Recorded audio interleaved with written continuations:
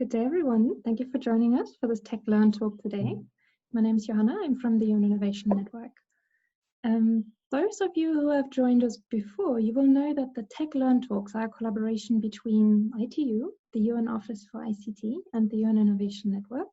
And we're really pleased to be running this series in collaboration with a lot of other entities who are joining to share their expertise and knowledge with us. So upfront, a big thank you to everyone who's contributing to making this happen. And the reason why we're embarking on this journey, as you can see on the next slide, is of course that innovation is a priority for the Secretary General. And I dare say because of that for all of the UN. Since the beginning of his term, the SG has repeatedly stressed that innovation is something that the UN needs to explore. Data and digital approaches are critical for us to become more efficient and be able to support beneficiaries and member states better.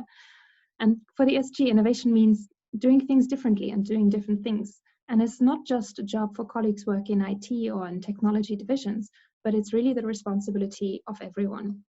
And to underline this, the Secretary General has commissioned and published a lot of resources, strategies and guides for all of the UN to use and really take inspiration from and learn something to take back into day-to-day work. And that includes the work of the high-level panel on digital cooperation, the innovation toolkit. He's published a strategy on new technologies and very recently a data strategy for all of the UN as well. And of course, it includes the practical guide to using blockchain within the United Nations. And everyone who's part of the Innovation Network will be very familiar with this real practical guide and the associated platform Atrium. So innovation is a priority for the Secretary General, and he wants everyone to understand it too and be part of this journey. And I guess that's why we're here today, to learn more about another new technology and to see how the UN can use it. On the next slide, you can see that TechLearnTalks are fundamentally about learning. We try to give you a jargon-free introduction to a new technology every month, and we try to do this for colleagues who are not necessarily working on technologies every day. So if you hear any buzzwords, please call us out. We try not to use them. They may sneak in there. We don't need to.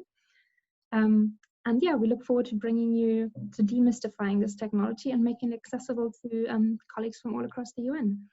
In the past, we've discussed blockchain, drones, and virtual reality already, and these webinars are recorded and you can find them on our website. And today we're exploring artificial intelligence. We've set ourselves the challenge to continue this series till the end of the year, and we look forward to exploring topics like chatbots and Internet of Things, and we're even discussing to see if we can bring quantum computing to you in a non-technical world. So stay with us, it'll be exciting. I would like to introduce you to our speakers for the session today. We are joined by Bastian Quast, Dr. Bastian Quast actually. He's a machine learning expert at the International Telecommunications Union. And Bastian will provide the non-technical introduction to AI today. And he's promised to stay clear of any complicated words, acronyms, and jargon. On the next slide, you will see that we also have Bernard Kovac. Bernard is the head of the Innovation Accelerator of the World Food Programme, and he's a long-term friend of UNIN. We've done a lot of work with WFP, including the Interagency Innovation Bootcamp last year. So really happy to welcome Bernard back and excited to see what WFP's been working on. And finally, we have Samir Pujari from the World Health Organization. He is the manager of the Be Healthy, Be Mobile initiative, and he's also the vice chair of the WHO ITU focus group on AI for health. So lots of interesting colleagues joining us with interesting work to report on. Bastian is going to kick us off with the non-technical introduction, and I believe he's also going to show a quick demo. After that, we will have some time for Q&A around AI as a technology, and we'll then hear from Bernard and Samir some use cases of how the UN is already applying BA. And because we always hope to make conversations as interactive as possible, I encourage all of you to use the Q&A box at the bottom of your screen. You can leave any questions that you have for our presenters, and we'll take them in the Q&A later on. And with that, let's get started. Bastian, the floor is yours. Thank you, Johanna. This is Bastian from the International Telecommunication Union, and I'm delighted to be here. So I am going to speak a little bit about artificial intelligence, how does it work, and how will it impact your everyday life?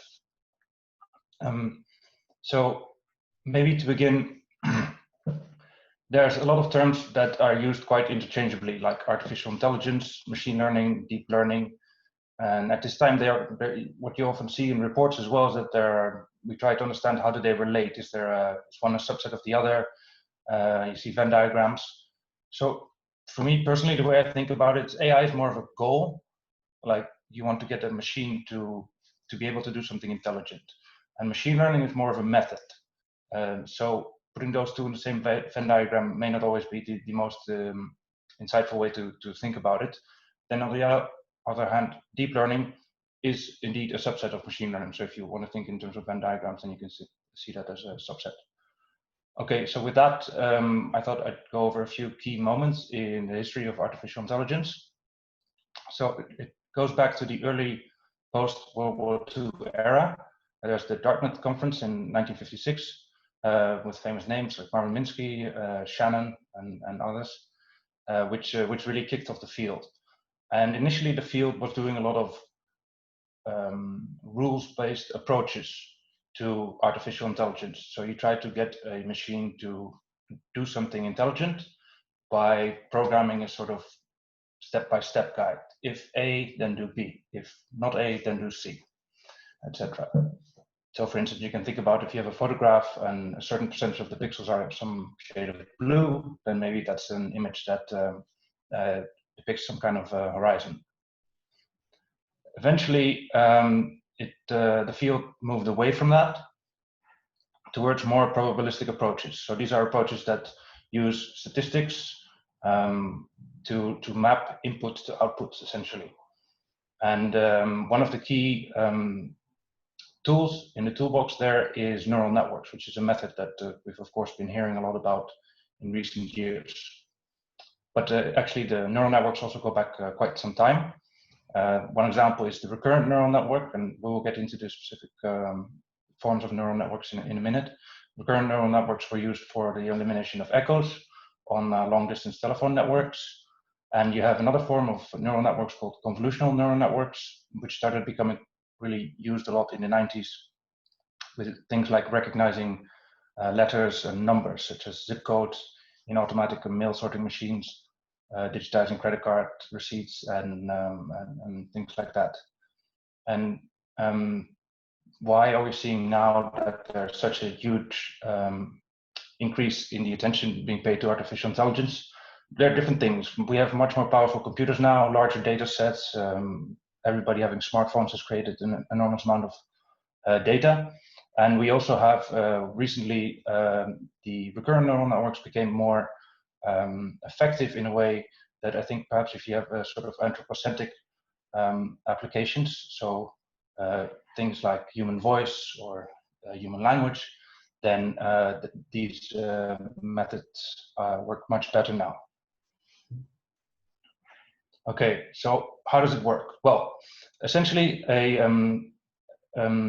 you can think of it in the simplest case as a binary classifier. So it's something that says it's either A or B.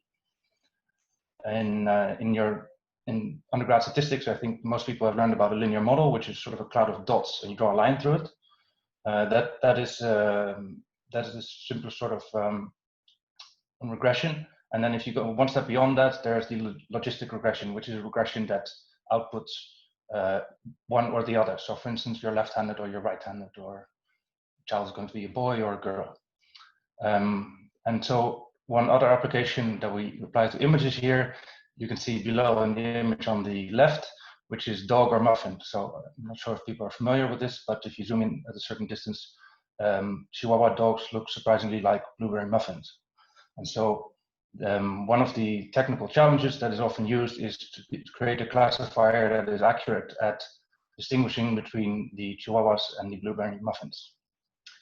And now the image on the right shows a little bit how that works. So initially you feed the model with a large data set. The large data set contains images of the two objects that you're trying to distinguish. So a large number of images of Chihuahuas and a large number of images of blueberry muffins. And with that, you attach a label. So for instance, you could name the images Chihuahua or muffin.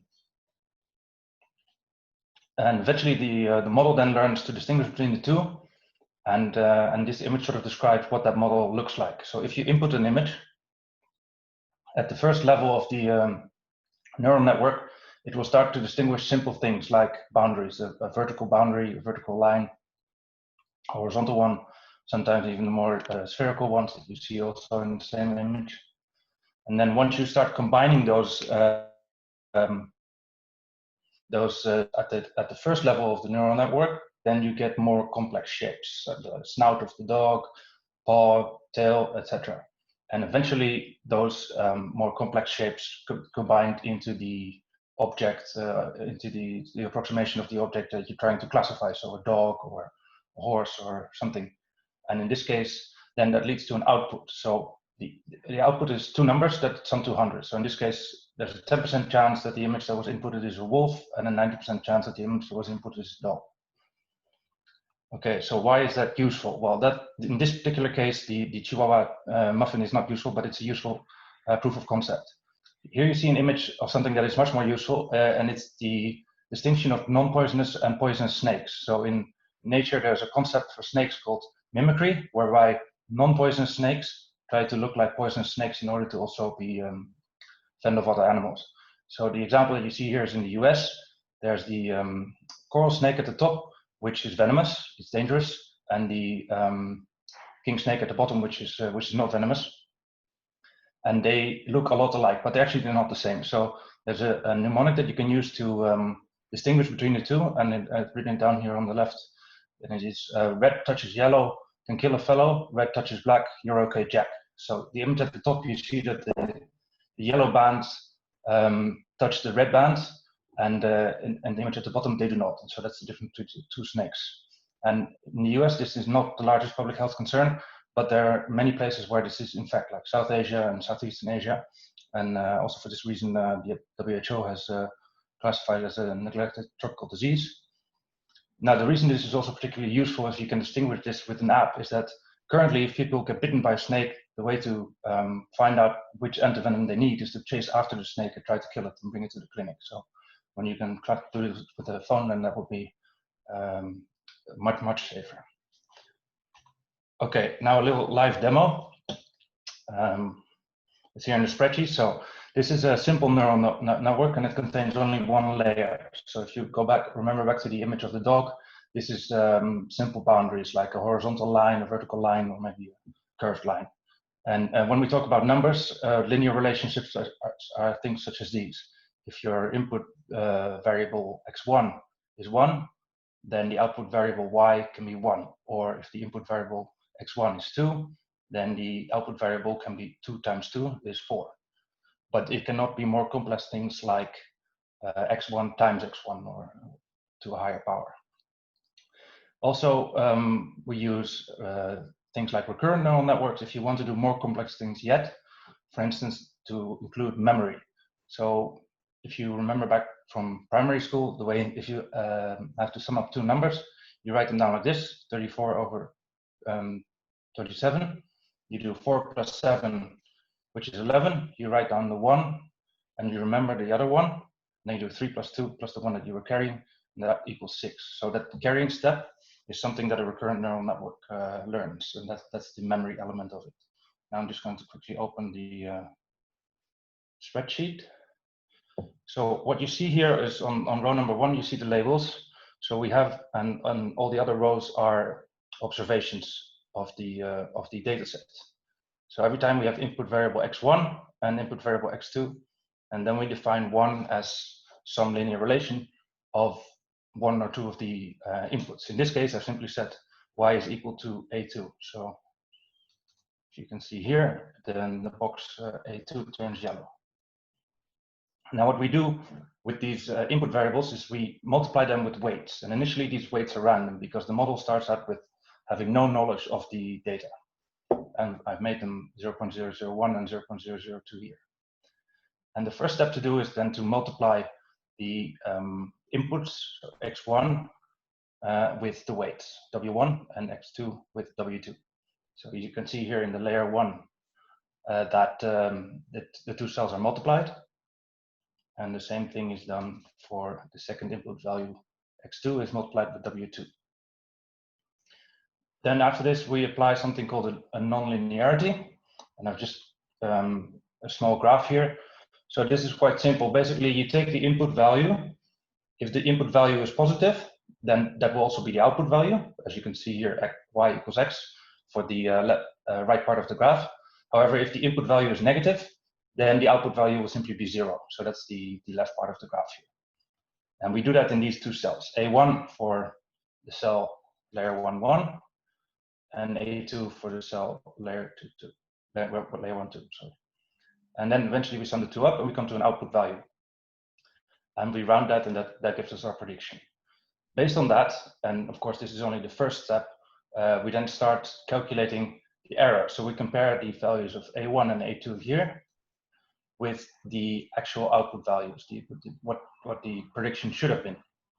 And that error is then, with some modifications, used to build an update, the weight update here, W1 update and W2 update. And then when we go back to the second training point, we update the weights. So as you can see here, on row 3, E3, it takes the value E2, so the weight above it from the previous iteration, and then it updates it by adding the W1 update. And similarly, W2 adds the W2 update.